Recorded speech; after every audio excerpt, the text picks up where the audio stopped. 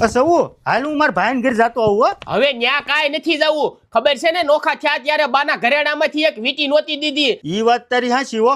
આમ જો કંકુત્રી દેવા તો આવશે ને બધાય માણા વચ્ચે એને પગે ન લગાડું તો મારું નામ ભીખો નહીં. આયો કાકા મારા લગ્નની કંકોત્રી.